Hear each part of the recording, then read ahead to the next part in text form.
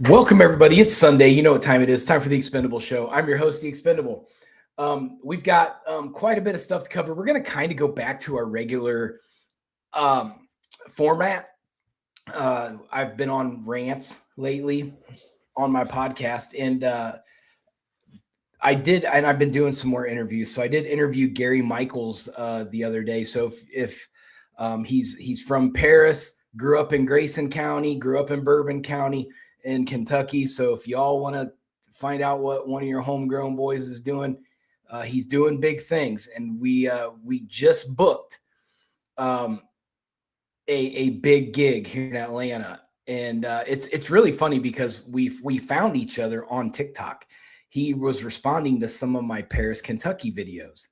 And then we started talking, and then we started DMing, and then we started texting, then we started talking on the phone. And then come to find out, he only lives like maybe 10 minutes down the road from me. Like, what a crazy coincidence. And so, we met in Covington and just kind of just hung out as a couple guys. And I just had met with him the other day, and we got this booking. And he asked us, like, hey, if you know anybody in Atlanta you can book me with, have at it. And so I've been putting some work in on that, and it paid off. And we're going to be at the Punchline, and we're going to be the New Year's Eve headliner. So Gary's going to be performing. There's 3 time slots that he has, 6, 8, and 10. So if anybody's in the Atlanta area and you want to go down and watch a very, very talented comedian, he's a comedic hypnotist. And he's good. It was weird because I've done the whole hypnotism thing when I was in high school. Like you get these hypnotists, they come into your school and they hypnotize everybody, blah blah blah. I could never be hypnotized, and so when I was sitting down, and this is why I get sketchy around people who can do hypnotism, because he did it to me like right at the Mexican restaurant when we were having dinner yesterday, and I was like, whoa, I could feel it. I was like, whoa, you just did something. And so I was like, whoa, man, that's crazy. And so he's very, very good. He knows this stuff. And so we had a good dinner talking about things. And so the Punchline is one of the most premier comedy clubs probably on the Eastern Seaboard, especially down here in the South. You're not going to if you're getting booked at the Punchline, you've been on Comedy Central. You've probably could have been on Saturday Night Live. You've been on, like, you're somebody in the comedy world. So for him to get booked, that's how good he is. When we sent all of the information, they loved the information that we sent. So he's booked. We're going to be doing that New Year's Eve. We're going to be partying in Buckhead, which is the more wealthy side of Atlanta. So I'm excited about that. And I'm going to throw his little flyer up there real quick. So Gary Michaels, we're going to be doing that. So like I said, he's originally from Grayson County, but then he grew up in like Paris in Bourbon County. So he's very, very well versed. He's done some shows in Lexington not too long ago. He just got off the Margaritaville cruise liner. He was on there for a week performing.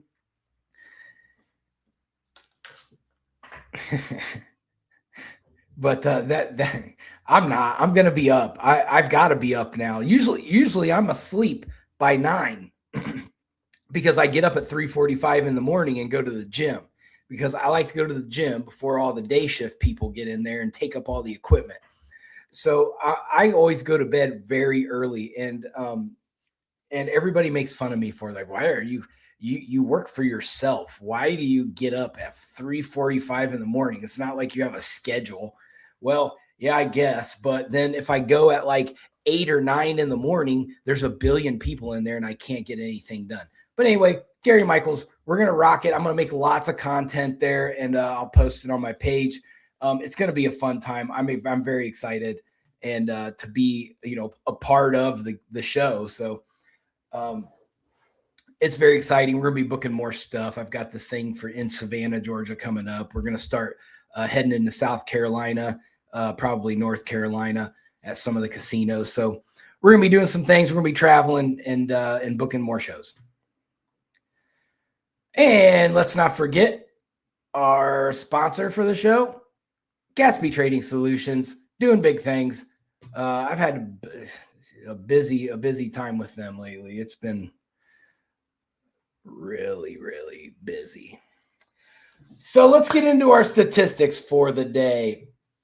Hi, Linda. Hi, Kathy. And hi, Jessica. I don't know where Bonnie's at. I probably forgot. Let me text her and tell her that the show's going on. I'm supposed to remind her, and I always forget. I should set a reminder to remind her. Let me find her. There she is.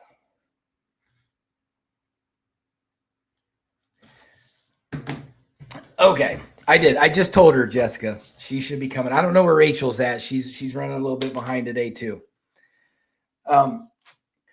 So let's get into our statistics. Gas prices keep going down. The average across America, according to AAA, is $2.85 a gallon. So what I'm going to touch on this real quick. And now you don't have to behave. I just have to ignore the comments because I get distracted because you guys have these good conversations going on in there, and I get distracted. But I want to kind of mention this a little bit. We've gone through two Trump administrations. Hey, Freddie. So we've gone through two Trump administrations, and I've spoken on this in past podcasts and broke down how the gas prices work. And we've seen in both of Trump's administrations that he's been able to affect the gas prices in our benefit as consumers. How does he do it? So when you look at the markups, so there's a certain amount of money that it takes to refine oil. So I'd have to go back through and look at the math, but it's pretty much the same across the board. So what's different is when that money or when that gas gets sold to ExxonMobil or British Petroleum or whoever buys it and then distributes it, there's a markup. So that's the difference. Oh, wow. Louisville's 206. Oh, you guys are doing real well in Kentucky on the gas prices. That's good. 240 in Litchfield. That's fantastic. You guys are cheaper than us. I think we were at 247, I think, this morning when I was running around. But what they do is there's a markup. So when Biden was president, the average markup per gallon was $1.25. So you might think, well, that's not all that much. But when Trump was president the first time, the average markup was 80 cents. It's much of the same right now. Last time I looked, it's about an 80 cent a gallon markup in both of Trump's administrations as opposed to Biden's $1.25. So what does that say? That says that President Trump is better at making energy deals. He's made a deal with the oil companies, and everybody can sit there and say, well, he's doing the large corporations and the billionaires.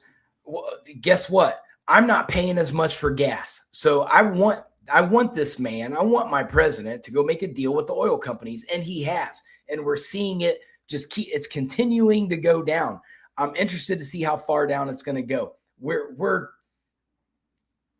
45 cents lower than the average during Biden's 4 years.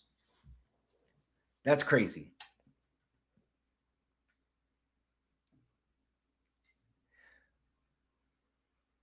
So 223, that's pretty good. That's really good. You see, you guys are a little bit cheaper than us now. That's good. Hopefully it trickles down and makes it down here to Atlanta.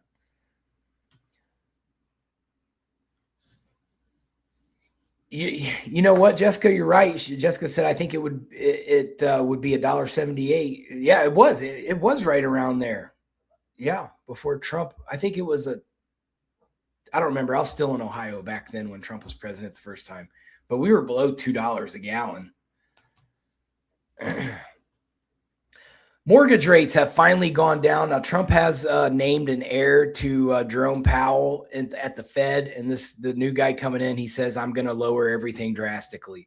So we're about to see the housing market start to become. It's going to be a buyer's market. It's going to be an aggressive buyer's market. when the interest rates are down, people can afford the monthly payments, and then it's going to be a good thing. But right now we're at 4.990, so they did drop it down below 6 again. Trump's approval rate's at 43.3, and on Friday the Dow closed at $48,134.89. I cover these statistics because at the beginning of the administration, we saw everything was so high. Trump came in, screwed the whole economy up, according to the Democrats. He screwed the whole economy up, but somehow all the prices of everything keep going down. So I just don't see why they're complaining. It just shows that their hate is bigger than the American consumer's savings. And I think that's an absurd way to look at it. They only champion things when it benefits them. So it's a sickness. It's truly a sickness. You know, it used to be a joke that Trump derangement syndrome was a thing. But I truly believe that it is considered a sickness now, that they can't look at anything with Donald Trump and see it as good. So I saw something on X yesterday, and it struck me, and I was like, man, I wonder if that's true. I'm going to go look that up. And so I did. And so here's the data that I found. According to U.S. government foreign aid tracking data, nearly 180 countries receive some form of U.S. foreign assistance. My taxpayer money goes to 180 different countries, or it did. I don't know what it is now, but this was from this is data from 2023. This is the best data I could find. So during the Biden administration, we were funding 180 countries and giving them some kind of money. Now, the U.S. provided that funding. The largest recipient that year was Ukraine, Israel, Jordan, and Egypt. The U.S. we're still the world's largest humanitarian donor, which I don't think that's bad. But I feel like if we're giving money to 180 different countries, that just don't sound right. Like, do all of those countries really need our funding? I hope we're not giving it to like Saudi Arabia or countries like UAE that are the richest countries per capita in the world. Like, why would we do that?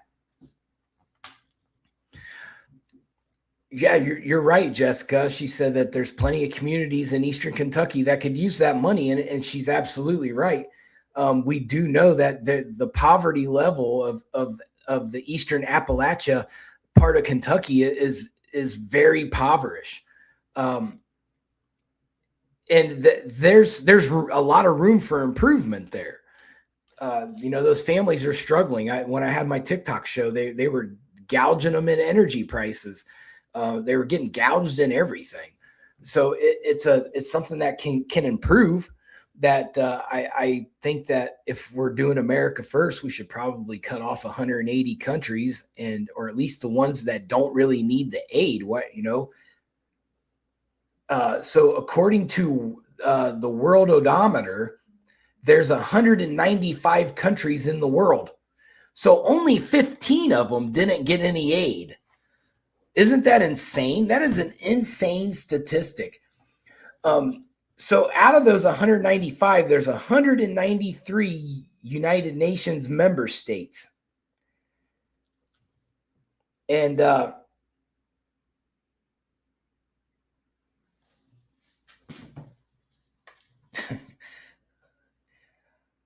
so the other two that aren't UN member states is Vatican City and Palestine. Those are the only two. But I'll guarantee, well, obviously Palestine is getting aid. The Vatican City, I would hope not. Those guys get enough of a United States money. So when I did the percentages, that's 92% of the world gets a hunk of my taxpayer money. 92% of the world. It just blows my mind because I sit here and I think, are we really that wealthy? Is America really that wealthy? And why if we're that wealthy to help other countries that are experiencing poverty and whatnot, why do we have hungry people? Why do we have homeless people? Why do we have all these things? And it just further solidifies that I do think that Trump needs to stick to America first. We need to keep the money inside the United States, fix all of our issues, and then we should be able to contribute to the aid of other countries. Now I understand that there's several countries that are in crisis that need aid now. I'm okay with that. I don't want to see, if there's, country X in whatever continent and they've got their, a huge drought going on and all their crops died and they depended on that to feed their people. I can understand that I want those people to get some aid. I don't want to see countries like Saudi Arabia, Iran, and all these little countries around here that aren't very nice to us or are so wealthy that what are we giving them money for? What's up, G bro? So I think there's maybe a priority list that needs made, like who really needs the money? Should we be giving all this money out to people? And I think they were onto something, but I'd be interested to see when they release the data, how many countries we are actually funding after, Trump implements all his system. So top White House news highlights for the week. So Trump gave his little address the other day, and I'm going to break that down a little bit. So Trump announces major mortgage and housing initiatives. In his State of the Union address, President Trump emphasized mortgage relief, claiming annual mortgage costs have already dropped by $3,000 under his administration. And that is true. We are seeing that I pay attention. I own two properties, one in Ohio and one in Georgia. So my house in Ohio, I bought that when Trump was president the first time. And so I bought it really cheap because the housing market was really low. Well, then Biden became president, and then all of a sudden the value of that property doubled.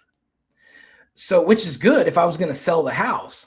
I would have made a buku amount of money, but I'm in it. I'm a long haul investor. So then I bought my house in Georgia under the Biden administration.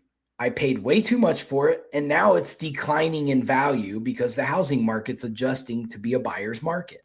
So Trump is leveraging that out, and I don't really care what any of the lefties say on any news platform. It's happening in real time. You can literally go and look at your estimated home values if you bought it during the Biden administration and paid that inflated price. You're going to see that your housing value is going to go down a little bit, and it is.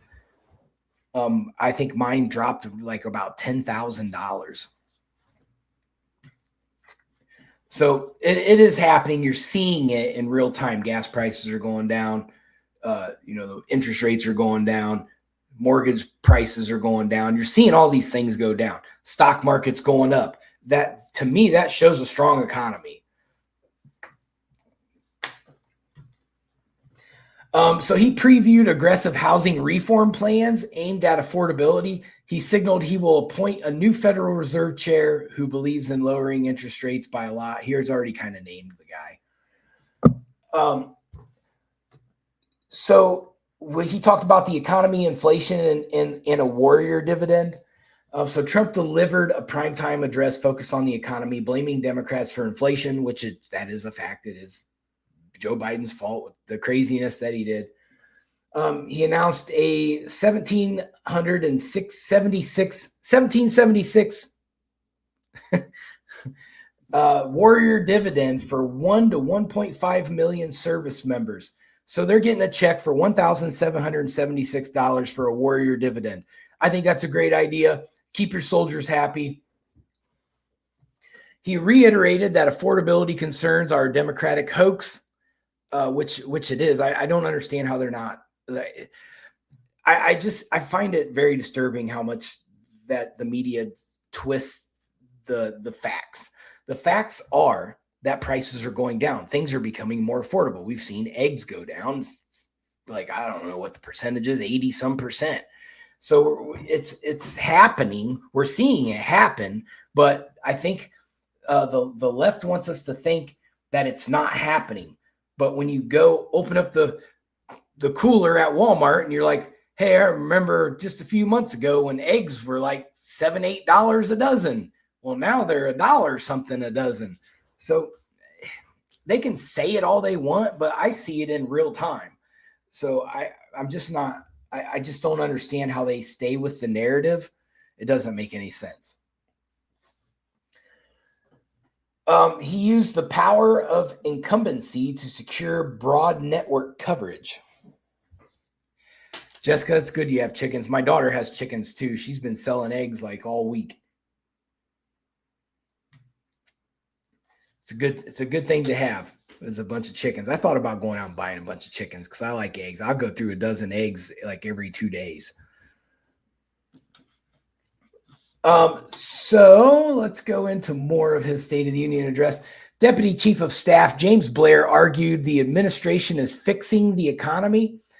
He promoted the Trump accounts, a new financial tool the administration claims will benefit Americans, which he has that the baby, the new baby investment that he's putting in every newborn's account. I think that's an awesome idea. There's a lot of people out there that adults that have never invested. And so for Trump to set this account aside and say, hey, we're going to start you off with your own investment account. It's going to collect money. You can't touch it until the child is whatever age he determined it to be, probably 18. But I think it's a great idea. 18 years of having $2,000 or whatever he's putting in there. I think it's $2,000. Having that sit in there for 18 years, you're going to make money.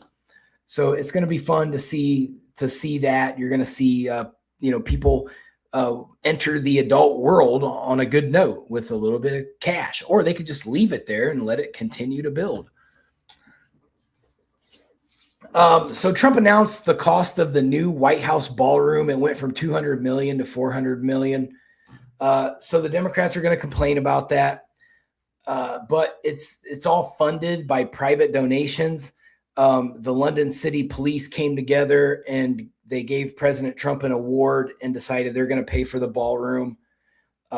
So that's that. Of course, it's sarcasm. I don't want anybody to think I'm being literal right now. The Londonites, the Weddleites always take everything that I say so freaking personal. But it's being funded by private donations. There's not a single taxpayer dollar going into this. I could really give two shits about the ballroom. I think that if we're going to host world leaders, we should have the best ballroom. I think we should have the biggest stick. I know, right? I know. It's insane. I can't even sarcastically talk about anything. It's ridiculous. I just think that they're blowing this ballroom thing way out of proportion. I want the ballroom. I want to have the best ballroom in the world. I want our White House to be the most immaculate building in the world. I want the American pride to be the best in the world. So I don't have a problem with the ballroom. I think we have other issues. If he was paying for it with taxpayer money, I'd probably complain a little bit. It's like, hey, we got other things to do than buy ballrooms. But he's not doing it that way. It's private donations. The ballroom's going to get built, and it's going to be awesome. Let him build it.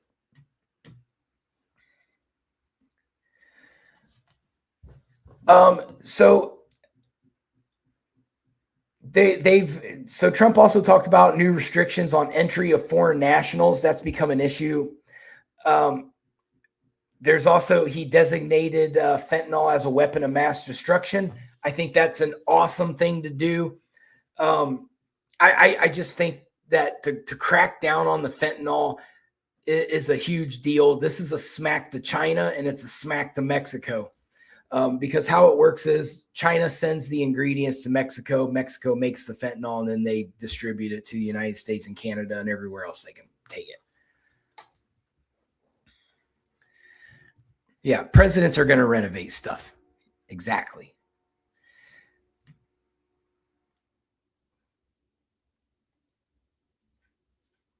Trump also touted his border security policy. It's been a huge success.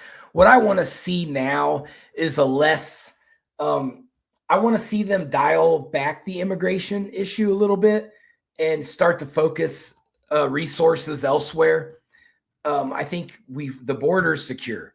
I think it's safe to say the border is secure. So let's start to take resources somewhere else into another problem area. And I think we've deported a lot of people. So I think we're heading in the right direction there. So Trump has just recently reclassified marijuana and expands its access. I like seeing this because the medical marijuana, there's a lot of people out there suffering in pain. I believe in the medical marijuana. I'm not a pothead. I don't smoke, but I do understand the effects. I would rather see somebody get pain relief from medical marijuana than see them popping pills from big pharma. I think I'm not a pill guy. I grew up where we didn't take pills. I've sanded my finger half off in high school in shop class one time. Had this major reconstructive surgery to put my finger back together. And the doctor prescribed pain meds. I don't know what they were, but I remember my dad went and got this prescription. And then he's like, hey, look at this. And then he went and dumped the pills in the toilet and flushed them. So that's kind of how we did things. Like my pain tolerance is really high. Like I can sit, when I get tattoos, I can sit for 10 hours straight and not move. But my pain tolerance is really high. So I don't believe in all that pain medication, but I do think if you're going to take pain medication, I'd rather it be a natural pain medication like medical marijuana.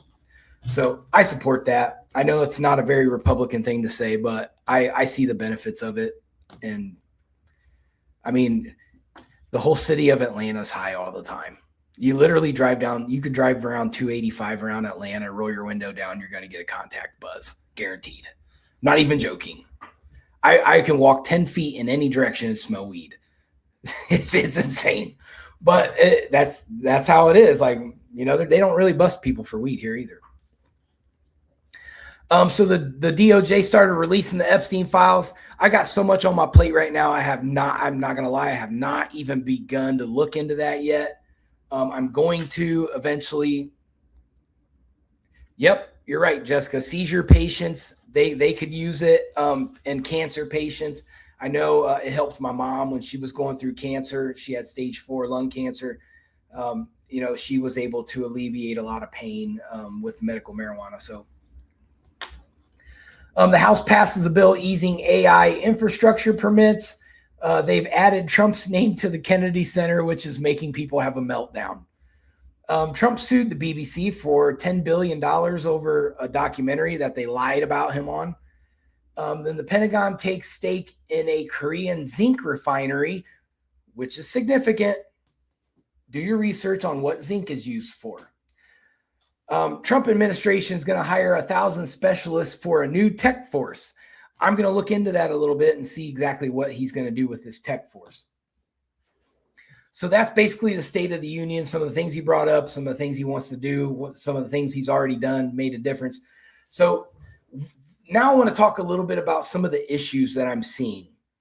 I don't know if anybody's picked up on it. I'm sure they have. I'm not the only person who pays attention to stuff.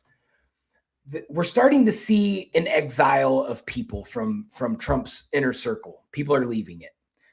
Just recently, Elise Stefanik, she was running for governor in New York. Now, she's got a whole other reason why she's leaving. It's basically because there's two good Republican candidates that are going to be primaried. And Trump's got to pick one to endorse. And he didn't pick Stefanik. He picked the other person. So we're going to go through that a little bit. So she wanted to avoid, she says she's dropping out because she wanted to avoid a protracted and unnecessary GOP primary. I mean, to me, that sounds like it's logistically correct. She's saying, why waste my time if Trump's going to back the other guy? All the Republican votes are going to go to that guy. Stefanik said directly that while she believed she would win, the primary would waste time and resources in a very difficult state for Republicans. She said, it's not an effective use of our time or your generous resources to spend the first half of next year in an unnecessary and protracted Republican primary. The guy that's running against her is Bruce Blakeman. He entered the race. He was a Nassau County executive. He's also known Trump for a very, very long time. He jumped in, creating a real intra-party fight. It was starting to turn into something. That Republicans feared a fractious GOP primary, which it probably would have been. So I'm glad that Stefanik kind of weighed it out and decided to respectfully remove herself from that race. The last thing we need is for the Republicans to be divided in New York City. I think there's a chance to start stealing some of those votes, that there could potentially be a Republican governor.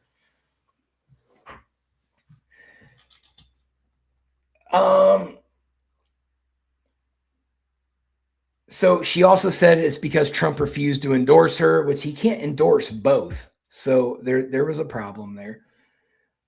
Multiple outlets reported that Stefanik and her allies expected Trump to clear the fields for her, but she stayed neutral. Trump signaled he would not make an endorsement at this stage, and Trump praised both candidates but did not choose her. So a senior GOP official told CBS that she was frustrated by Trump's refusal to endorse her early. She also talked about some family issues. She emphasized she wanted more time with her young son, saying motherhood was her top priority. In New York, it is a difficult state for Republicans. It's not going to be a walk in the park. Whoever wins the Republican nomination for governor is going to have an uphill battle. So next, just recently, Dan Bongino is resigning from the assistant director of the FBI starting in January. So in his resignation post, Bongino did not explain why he was leaving. He only thanked President Trump, Attorney General Pam Bondi, and Director Kash Patel. So we don't really know. Trump did put his theory out there. He said he wants to go back to his show. I completely understand that. I mean, he did a year. When you really think about it, a lot of cabinet members do that. They'll serve a year and then they'll go back to doing what they're doing. They'll come in and do their service and leave. So this may be what's happening. And Dan Bongino, at one time, he was the top podcaster on the planet. So I stopped watching his show after he was no longer on it. So if he goes back to his show, I'm going to watch it again because I like Dan Bongino. President Trump said some nice words. He said, Dan did a great job. I think he wants to go back to his show. So I would say that's probably true. Dan Bongino was making a lot of money. So multiple outlets describe a turbulent tenure. Some of the liberal media is trying to stir the pot. They're saying there's clashes with Attorney General Pam Bondi, that he reportedly clashed with her over how to handle the Epstein files.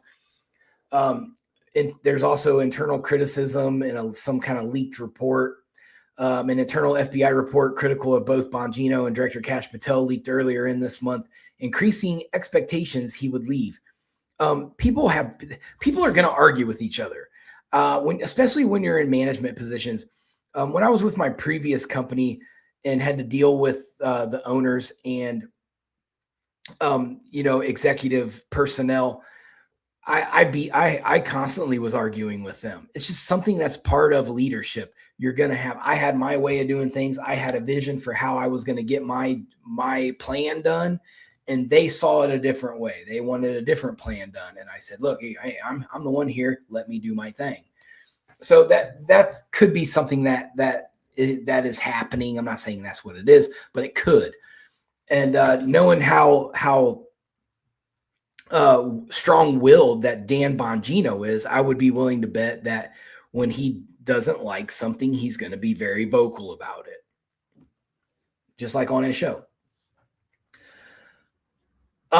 They're also stating that he's struggling to adapt to this FBI role. Politico reported, which Politico is a sham outlet, but they reported that he struggled to reconcile his broadcast tendencies with the realities of ruining the FBI's day-to-day operations. That makes zero sense to me. Dan Bongino knows how to investigate. He knows how to build cases. He knows how to do these things. He worked for the Secret Service, for God's sakes. He knows how to keep things quiet. I don't know if you noticed, but not a lot of things leaked out of the FBI when Bongino was there, as opposed to the Biden administration, where it was a sieve with 4-gauge holes in it. Everything leaked out of there. Yeah, Kathy, I'm the same. I mean, he had some good people there that took over the podcast, but it's not like, I like Dan Bongino's fire, and without him there, it wasn't there. So I'm hoping he goes back. And I think he will. I think it's just inevitable. I think in January, he's going to be back on the Dan Bongino show. So Bongino definitely, I think he didn't like how the Epstein files were handled. Bongino and Patel publicly insisted Epstein died by suicide, contradicting years of Bongino's own claims, which caused backlash among his base and inside the administration. I can tell you right now, some of these questions that we have when it comes to the Epstein files, we're never going to know the truth. Mainly because certain things are going to have such a high security clearance that we're never going to be allowed to know. They're never going to declassify 100% of everything that has everything to do with Jeffrey Epstein, because there's international issues that will happen out of it. That's a fact. And also, there's going to be things in there that we're not going to be able to comprehend. And I think that one day in 70 years, when this is all blown over, just like what they did with the Kennedy files, they're going to say, hey, here's actually why, because there were a lot of people involved in that. And if we go after everyone, we will start a world war. So, because you can't open up a can of worms that big and then pick and choose the people you want to go arrest and then let some go. It never would work. You either have to arrest no one or all of them. And I think that would have been a huge problem. Bongino also said that the job was tough on the family and he didn't enjoy it all that much.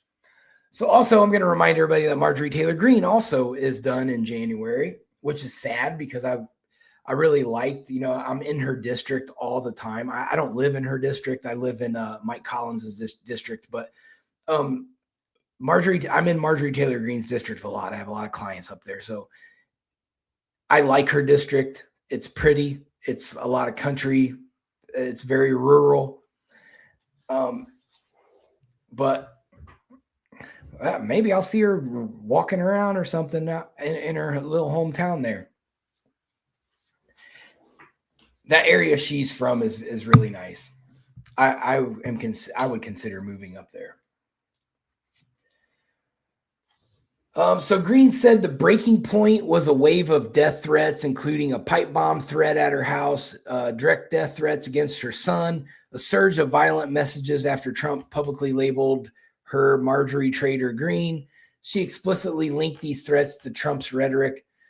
She said it was the death threats and direct death threats on my own son that took it to a very serious level. I can understand that. I get them all the time.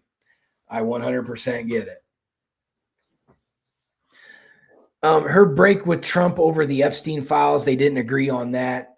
This was the core political reason. Green supported a bipartisan discharge petition to force the release of the Jeffrey Epstein files, defying Trump's wishes. Trump called her a traitor and for supporting the release. He withdrew his endorsement and attacked her publicly. She said this was the moment the relationship fractured. She also refused to endure a primary against Trump's chosen candidate. After Trump pulled his endorsement, he signaled he would support a primary challenger. Green said she would not put her district or her family through a hurtful and hateful primary. I mean, if Trump's not going to back you, especially in that district, you're pretty much screwed. That's Trump country for sure. You drive around her district and it's Trump flags everywhere. She says, I have too much self-respect and dignity and do not want my sweet district to have to endure a hurtful and hateful primary against me and by the president we all fought for.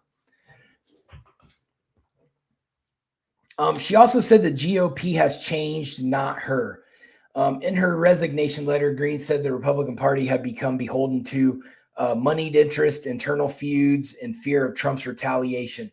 Now, I can agree with that. So I did a little diagnostic in the GOP, and I pay attention to the GOP because I think they're the screw ups of the conservative movement, and they never seems to disappoint me.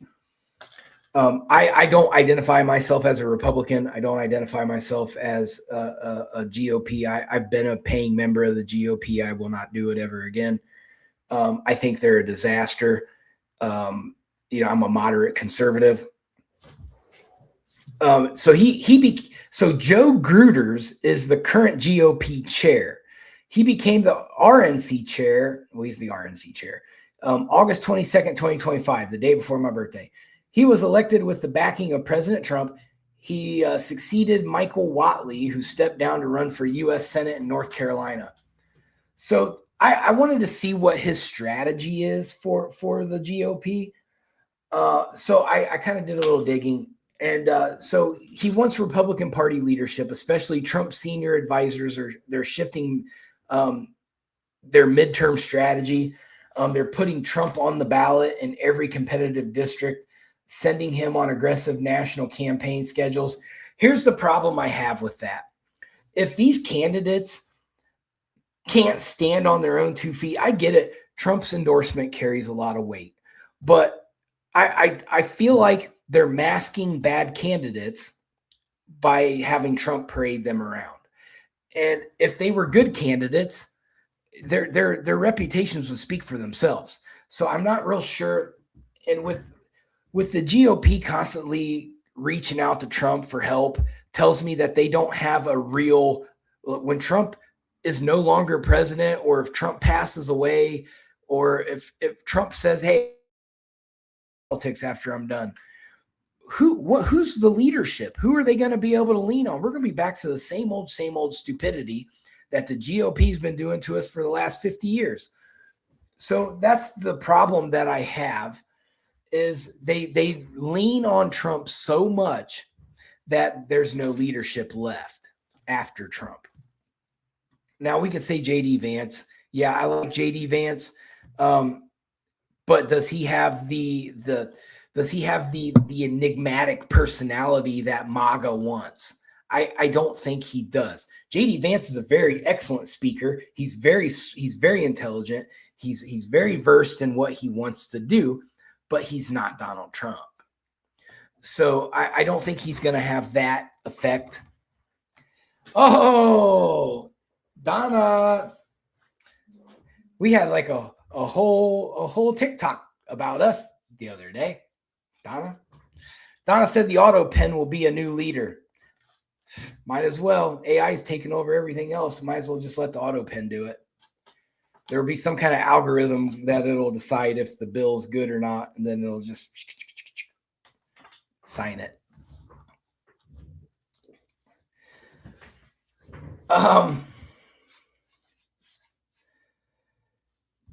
So there's also they're trying to use discipline of Trump's messaging to win the independents. you know what, Donna? I don't know what they're claiming anymore. Bro, they think you guys are paying me to go after Randall Weddle. I'm pretty sure that's what they think. My dad fact checked me. Actually, he said the GOP sucks. I love listening to him talk about the GOP.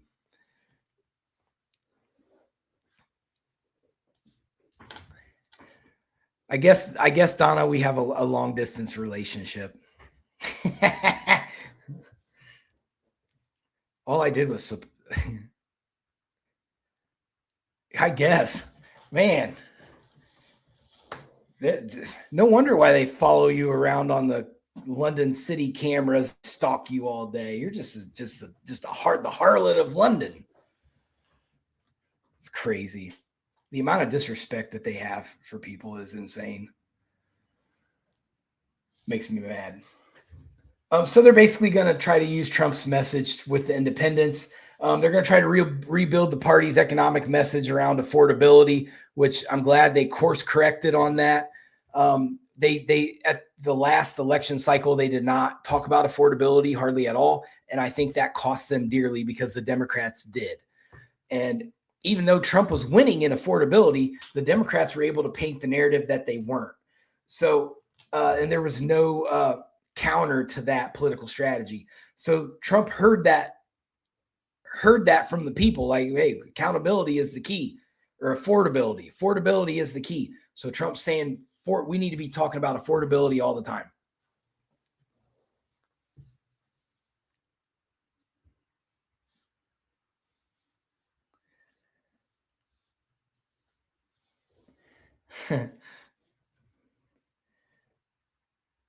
The next is a legislative strategy, one big bill versus two smaller bills. That hasn't changed.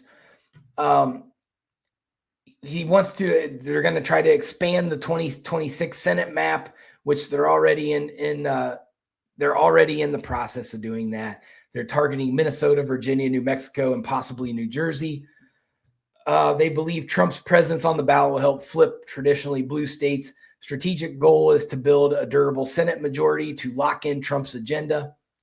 The core policy pillars and whatnot of just getting Trump's tax cuts done, all that.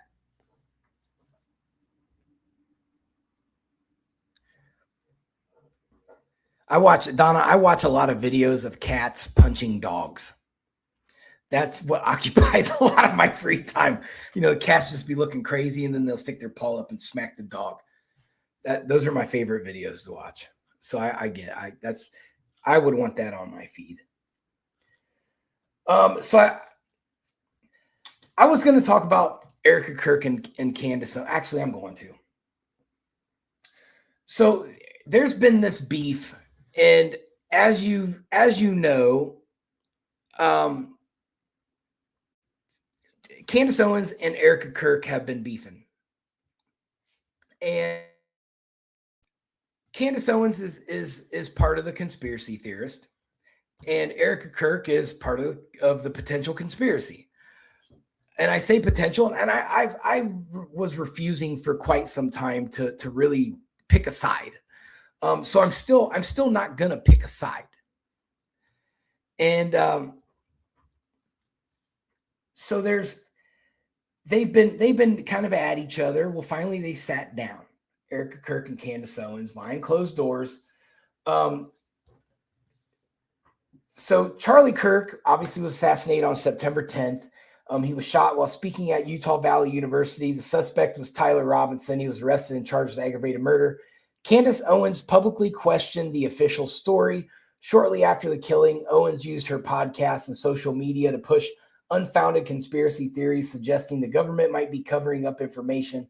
The official narrative didn't add up, and powerful groups could be involved. Now, in Candace Owens' defense, I do not like. So Turning Point is so big. Turning Point is such a big organization now that there's all of these corporate people involved now from several different companies, and everybody's got a lot of money in there. So what I don't like is when you start putting a lot of money into something, you're buying influence. And I think, and just seeing some of the text messages that Candace Owens put out, that bothered Charlie Kirk. Charlie didn't like that people were trying to tell him how to run Turning Point. And it was his brainchild, and he wanted to stick to its grassroots. And so I agree with Candace Owens that there was likely some bad actors in there. Generally, there is. When you build up an organization that big, there's going to be some bad apples in there. However, do I think it's a conspiracy to kill Charlie Kirk? I don't know. It's another one of those things that we're never going to know, because you're going to have almost a presidential security clearance to even know half the truth. So I don't know.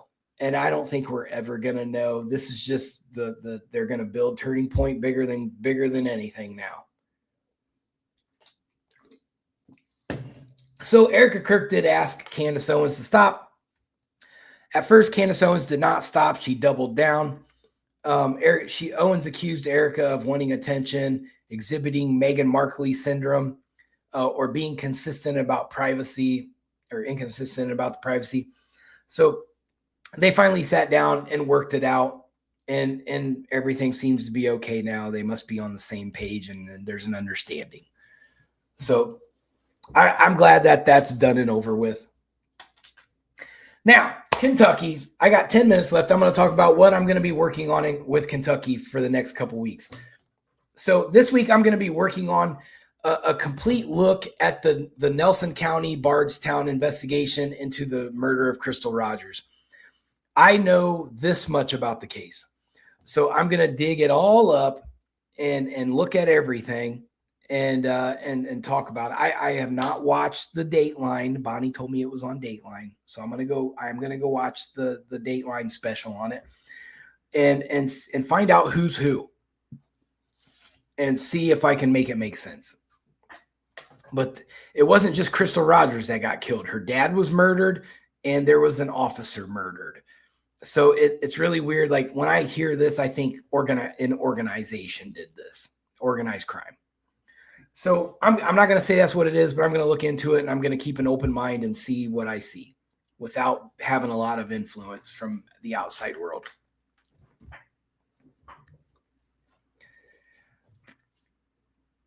Well, maybe we'll find out.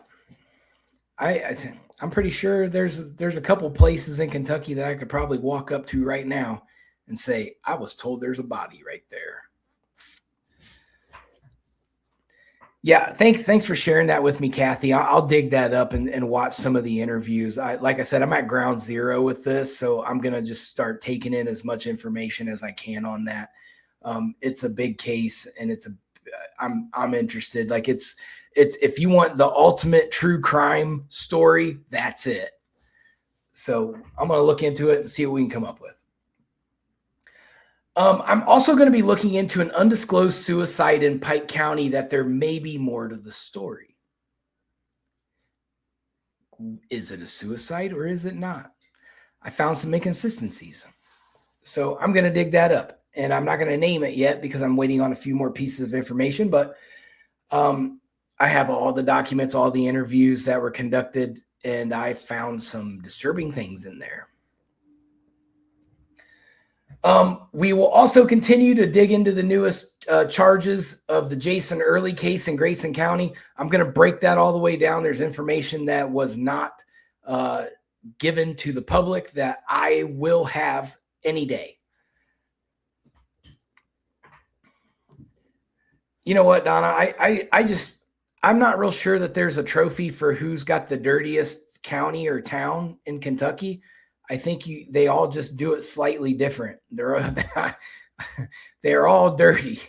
I haven't seen a clean one yet. It makes me not believe that my mayor in my town is good. Like, I want to okay, what are you doing behind the scenes? I'm going to start looking into you. But we have an agreement. Don't shit where you eat. So I'm not. I'm going to leave them alone. Locust Grove can stay peaceful. And then finally, we'll continue to retaliate against the socialist takeover of London, Kentucky that's happening before our eyes. So that's they have their own propaganda tool. They have their own Gestapo. They have all these little things that have been put into place that London's going to turn into a Democrat town. I'm telling you, it's happening. It's happening right before your eyes. And some of the people are being tricked into it. So yeah, pretty soon you're going to have abortion clinics everywhere and whatnot. So good luck with that.